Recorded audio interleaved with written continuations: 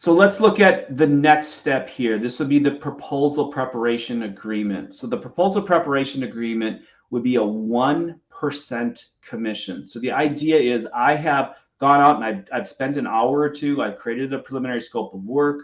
I've created a preliminary budget. I told them initially, hey, I think your kitchen is going to be somewhere between $100,000 to $150,000. Your new home should be somewhere between $1 million to 1.5, depending on blah, blah, blah, blah, blah. So now I'm coming back. I've narrowed the budget by 50%. Now I come back and say, Diana, based on what you're telling me, I think your kitchen will run somewhere between, say, 110 and 135, based on my estimates. That's where I'm thinking we're going to hit. The next step would be to go to our proposal preparation agreement. And I think the important words you want to use here is, this is where we make all of the unknowns known. And going back to what's the greatest fear of your lead, it's having those surprise costs pop up after they've already committed to the project. So let's take a closer look at what would go into the proposal preparation agreement. All right, so 1% of the budget. Just a note here, design is paid for separately. So this is only for your estimating services. So what you will do, again, what's the incremental work you will do? You create a vendors list. You will get a production schedule put together, based on when you can start the project and when you would anticipate it would be completed. If it's a remodel, obviously you're going to bring trades out to the job site. Any formal estimates you will get from your trades. You will have the lead do all the selections for their project. And this mentions there'll be a workbook attached to that. Now, this is the key. If the final proposal comes within the scope and range budget, it's almost 100% conversion. And what you are essentially doing here is that you are dating before you get married. So you're not a builder at this point. You are a consultant. You're an advisor.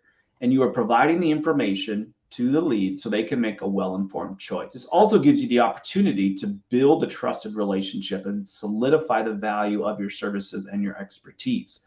So if you do this right, you've done two things. Number one is you have a good working relationship with you. They really value what you're doing. And number two, you've made the unknowns known. You've essentially answered their questions before they've ever had to start the job. So the idea here is I'm creating a lot of confidence with my client prior to them marrying me, because we know once they sign that contract, it could be months, if not years, between production and warranty. Diana, what do you think about this one? So I think it's good to not skip this step. It's very important to pay attention to and just follow the process.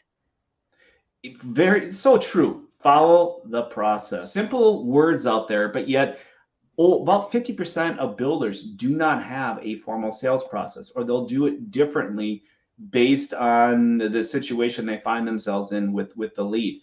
And from a personal anecdote, when I was a salesperson and selling new homes and remodeling projects, one of the things I always would reflect back on is that if I had a sale